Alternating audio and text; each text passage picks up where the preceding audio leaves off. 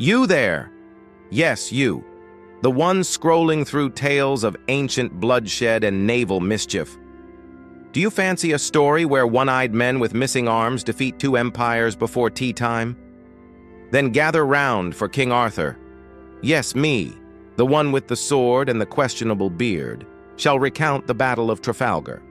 Spoiler, there are no dragons, but there is a man who wore his full uniform into battle just so he'd look heroic when shot. I couldn't make this up if I tried. And before we weigh anchor, might I suggest you strike the like, enlist with a subscription, and comment below with your favorite historical sea captain. Or just yell Viva Britannia in the comment section. Either works. Now let me paint you the scene. It is 1805. Europe is, as usual, on fire. Napoleon Bonaparte is stomping across the continent with all the subtlety of a drunken elephant. But his ambitions don't end on land. Oh no. He wants to cross the English Channel and give Britain a taste of his very pointy bayonet. One problem? The Royal Navy. And at the helm of that floating juggernaut, a man named Horatio Nelson. Now Nelson, where do I begin? He was part naval commander, part national obsession, and all bravado. The man had already lost an arm and an eye in earlier battles. Yet there he was, charging headfirst into naval combat like a noble lunatic. He wasn't so much a sailor as he was a force of nature in a waistcoat. The plan was devilishly simple.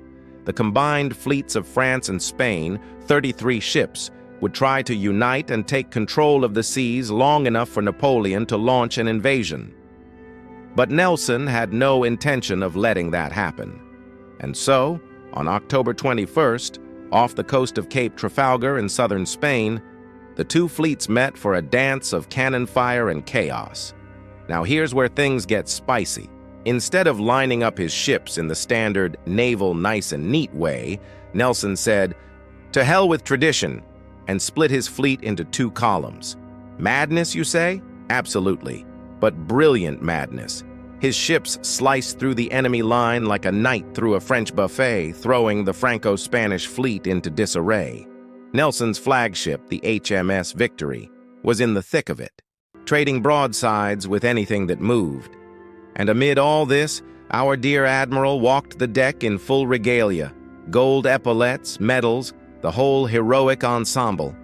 It was less blend in and more, please shoot me first. And sadly, someone did.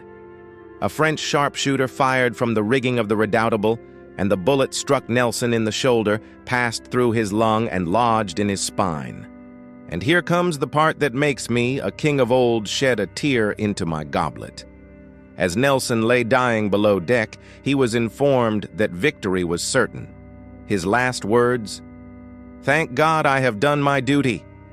No grand soliloquy, no rage against the dying of the light, just a man who loved his country and knew he'd broken the enemy. The Franco-Spanish fleet lost 22 ships. The British, none. 0. Not even a dinged canoe. It was, by all accounts, one of the greatest naval victories in history. Napoleon's dreams of crossing the Channel sank beneath the waves, and Britain secured its maritime dominance for over a century. But let us not forget the cost. Trafalgar was glorious, yes, but it came with blood, smoke, and the fall of a hero. Nelson became a legend that day, a myth stitched into the sails of British history. Statues were raised, coins minted, and even I, King Arthur, tipped my crown to the man. So if you've enjoyed this salty tale of cannonballs, courage, and capes, go ahead. Drop anchor on that like button, enlist in our royal fleet by subscribing, and comment below if you think Nelson would have made a fine round table knight. Spoiler, he would have. I like dramatic entrances.